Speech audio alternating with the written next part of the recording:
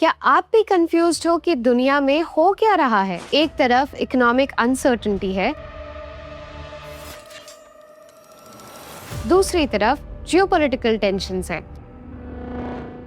दुनिया के पास fiscal space कम है, लेकिन डिफेंस पर खर्चा लगातार बढ़ रहा है। 2025 में दुनिया ने मिलिट्री पर लगभग $2.9 ट्रिलियन खर्च किया, पिछले साल से अप्रोक्सीमेटली $170 बिलियन ज्यादा। इसके कंपैरिजन में इंडिया जैसे बड़ा कंट्री पूरे साल में डिफेंस पर सिर्फ $92 बिलियन खर्च करता है। इससे पता चलता है कि दुनिया में मिलिट्री स्पेंडिंग कितनी तेजी से बढ़ रहा है। तो सवाल ये है, क्या बढ़ती हुई मिलिट्री स्पेंडिंग का करंट इकोनॉमिक कंडीशन से कोई लेना देना है, या इसके पीछे सिर्फ मिलिट्री लॉजिक है? इसे समझने के अलग अलग तरीके हो सकते हैं।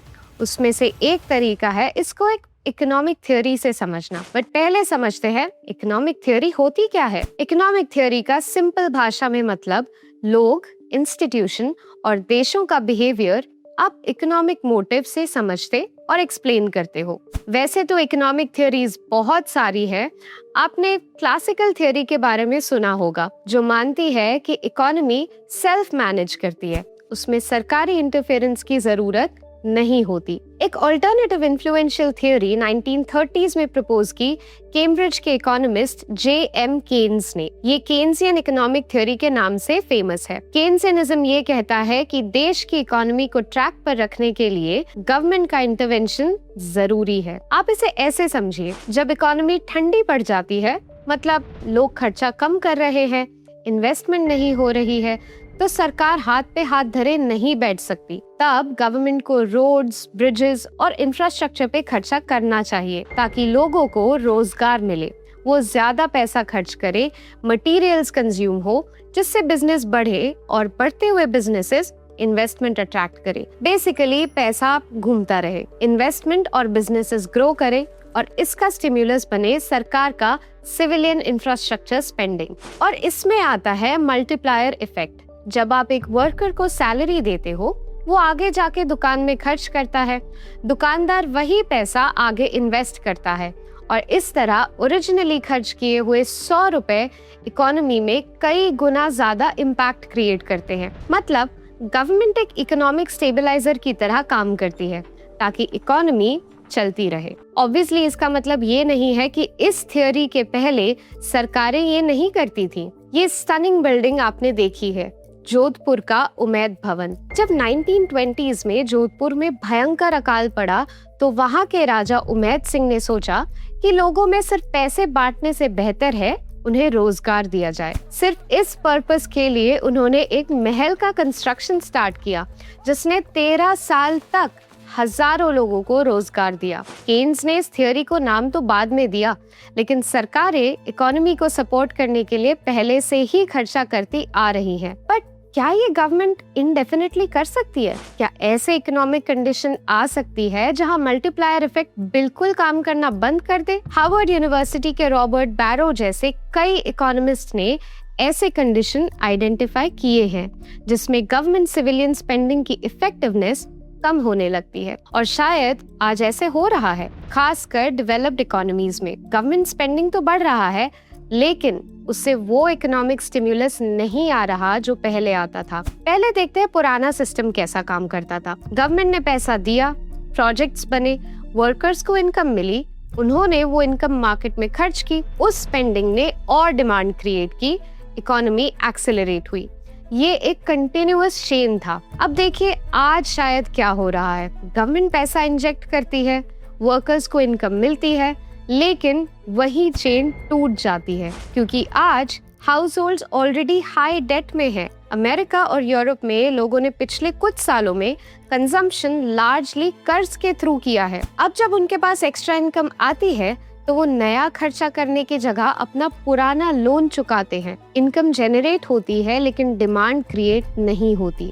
और ये सिर्फ लोगों तक लिमिटेड नहीं है, कंपनीज का भी यही हाल है। चाइना में फैक्ट्रीज तो है, लेकिन बायर्स नहीं। फर्म्स ने पहले ही कैपेसिटी बिल्ड कर ली है, लेकिन डिमांड अनसर्टेन है और डेट हाई है। जब उन्हें सस्ता क्रेडिट या गवर्नमेंट सपोर्ट मिलता है, तो वो नया इन्वेस्टमेंट नहीं करते, वो अपनी बैलेंस शीट रिपेयर करते हैं। और गवर्नमेंट्स, उनका डेट भी रिकॉर्ड लेवल्स पर है। इंटरेस्ट रेट्स इतने हाई है कि नया खर्चा करने की फिस्कल स्पेस भी लिमिटेड है। लोग, कंपनीज, गवर्नमेंट्स तीनों डेट में है।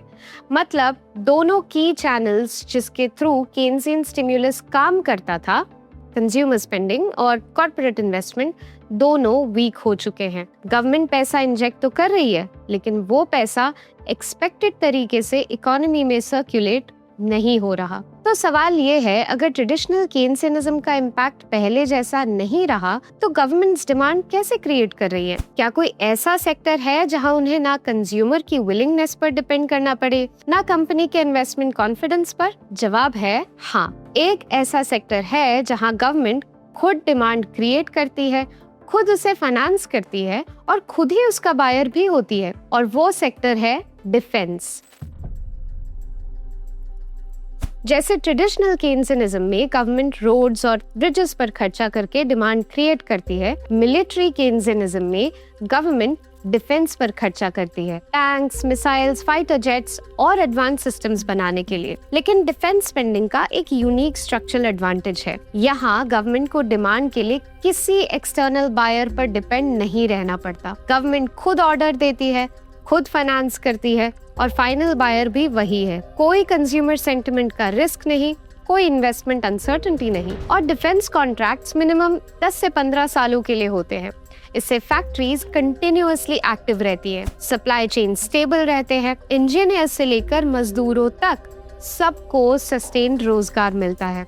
और सबसे इम्पोर्टेंट बात, ये पैसा सीधा इकोनॉमी में सर्कुलेट होता है, सिविलियन सेक्टर्स को बाईपास करते हुए। मतलब जहां सिविलियन स्टिम्युलस में मल्टीप्लायर डिस्टॉर्ट हो रहा है क्योंकि transaction chain private balance sheets पर डिपेंड करती है, वहां डिफेंस स्पेंडिंग एक पैरेलल चैनल प्रोवाइड करती है जिससे डिमांड डायरेक्टली इंजेक्ट होती है। आर्ग्यूमेंट ये है कि यही वजह है कि जब ट्रेडिशनल केन्सियन टूल्स अपना इम्पैक्ट लूज करते हैं, गवर्नमेंट्स ग्रेजुअली डिफेंस स्पेंडिंग की तरफ शिफ्ट करती है। सिर्फ सिक्योरिटी के लिए नहीं, बल्कि इकोनॉमिक स्टेबलाइजेशन के लिए भी। कुछ इकोनॉमिस्ट मानते हैं इसका बेस्ट एग्जाम्पल अमेरिका है। ग्रेट डिप्रेशन के 10 साल बाद भी अनएम्प्लॉयमेंट रेट 15% थी और इकोनॉमी स्टिम्युलेट करने की सरकार की हर कोशिश नाकाम थी। तब शुरू हुआ वर्ल्ड वॉर 2 और अमेरिका ने tanks, planes, ships and artillery का ऐसा प्रोडक्शन स्टार्ट किया कि अनएम्प्लॉयमेंट रेट सीधे 1% पे आ गया। और ये गोल्डन पीरियड वॉर के बाद भी डेकेड्स तक चलता गया, जिससे अमेरिका दुनिया का अनडिस्प्यूटेड नंबर 1 इकोनॉमी बन के उभरा। सो बेसिकली जो इकोनॉमिक डिमांड एक डेकेड की सिविलियन पॉलिसीज क्रिएट नहीं कर पाई, डिफेंस स्पेंडिंग ने 4 साल में कर दी। अभी आज की सिचुएशन समझते हैं। जैसे हमने पहले बताया, दुनिया का मिलिट्री स्पेंडिंग काफी बढ़ा तो है ही, लेकिन ये और बढ़ने जा रहा है। जर्मनी का डिफेंस स्पेंडिंग जो 2021 में 1.3% ऑफ जीडीपी था, वो अगले 3 सालों में जर्मनी 3.5% तक बढ़ाएगा। अमेरिका के वॉर्स तो चल ही रहे हैं। यूरोप के ज्यादातर कंट्रीज और इवन जापान अपनी मिलिट्री स्पेंडिंग बढ़ाने को कमिटेड है। तो क्या वॉर से मिलिट्री स्पेंडिंग बढ़ती है या मिलिट्री स्पेंडिंग से वॉर? इस फिलोसफिकल क्वेश्चन में मैं नहीं जाऊंगी, लेकिन क्या इस सब के पीछे इकोनॉमिक रीजंस यानी मिलिट्री केन्सियनिज्म है, ये सोचने वाली बात है। अब आते हैं इंडिया पे। इस ग्राफ में आप देख सकते हो इंडिया का मिलिट्री स्पेंडिंग काफी स्टेडी है और इंडिया का सिविलियन इंफ्रास्ट्रक्चर स्पेंडिंग काफी तेजी से बढ़ा है। जो 2020 में 0.9% ऑफ जीडीपी था, आज 2% के ऊपर है। किसी भी एंगल से देखो तो ये बात साफ है कि इंडिया का मिलिट्री स्पेंडिंग ट्रैजेक्टरी बाकी दुनिया से अलग चल रहा है। On the other hand, India civilian infrastructure में पैसे लगा रहा है जो ट्रेडिशनल केन्सियन मॉडल है। फिर भी इंडिया इस ग्लोबल डिफेंस वेव का इनडायरेक्टली बड़ा बेनिफिशियरी बन रहा है। जब चाइना जैसे कंट्रीज अपने मिलिट्री अग्रेशन बढ़ाते हैं तो दूसरे देश भी रिस्पॉन्ड करते हैं। फॉर एग्जाम्पल, चाइना ने साउथ चाइना सी में स्पार्टले आइलैंड्स के पास कई सारे आर्टिफिशियल आइलैंड्स बनाए। इन आइलैंड्स को वो मिलिट्री पर्पस के लिए इस्तेमाल कर सकता है। कुछ सालों पहले फिलीपींस ने उसके जवाब में एंटी शिप ब्रह्मोस मिसाइल्स किससे खरीदे? इंडिया से। और अब वो और भी ब्रह्मोस खरीद सकता है। तो आप कह सकते हो डिफेंस फील्ड में इंडिया का रोल एज अ सप्लायर बढ़ रहा है। FY 2025-26 में इंडिया का डिफेंस एक्सपोर्ट करीब 38,000 करोड़ तक पहुंच गया, पिछले साल से लगभग 63% ज्यादा। आज इंडिया 80 से ज्यादा देशों को डिफेंस इक्विपमेंट एक्सपोर्ट कर रहा है। इसका रिफ्लेक्शन इंडियन स्टॉक मार्केट में भी दिखा है। निफ्टी इंडिया डिफेंस इंडेक्स ने पिछले एक साल में अराउंड 37% का रिटर्न दिया है और पिछले 5 साल में लगभग 60%। इंटरेस्टिंग बात यह है कि 2022 और 2023 में इंडेक्स लगभग फ्लैट था। 2024 के बाद इसमें मीनिंगफुल मूवमेंट देखी गई है। सरकार का फोकस भी बढ़ा है। फरवरी 2026 के यूनियन बजट में डिफेंस को रिकॉर्ड 7.85 लाख करोड़ एलोकेट हुआ, पिछले साल से 15% ज्यादा। साथ ही नए वेपन्स और इक्विपमेंट खरीदने का बजट 24% बढ़ गया। यहाँ एक बात नोट करने वाली है, डिफेंस सेक्टर का रेवेन्यू मेनली गवर्नमेंट ऑर्डर्स पे बेस्ड होता है, यानी गवर्नमेंट प्रायोरिटीज और ग्लोबल सिचुएशन, ये दोनों फैक्टर्स इस सेक्टर की परफॉर्मेंस को इन्फ्लुएंस करते हैं। इस सेक्टर से related 3 publicly available data points है जो गवर्नमेंट अनाउंसमेंट्स और कंपनी फाइलिंग्स के थ्रू ट्रैक किए जा सकते हैं। पहला, गवर्नमेंट के नए डिफेंस ऑर्डर्स और उनकी साइज। दूसरा, इंडिया के ईयरली डिफेंस एक्सपोर्ट फिगर्स। और तीसरा, लिस्टेड डिफेंस कंपनीज की ऑर्डर बुक, यानी कंपनी को मिले हुए वो ऑर्डर्स जिनका काम और डिलीवरी अभी भी बाकी है। जितना बड़ा ऑर्डर बुक, उतना ज्यादा फ्यूचर रेवेन्यू लॉक्ड इन। तो कुल मिलाके भले ही इंडिया खुद मिलिट्री केन्सिज्म आज फॉलो नहीं करता, लेकिन जब दुनिया डिफेंस पर खर्चा बढ़ा रही है, इंडिया धीरे धीरे उस ग्लोबल डिमांड का सप्लायर बन रहा है। और वो पुरानी कहावत है ना, money makes the world go around.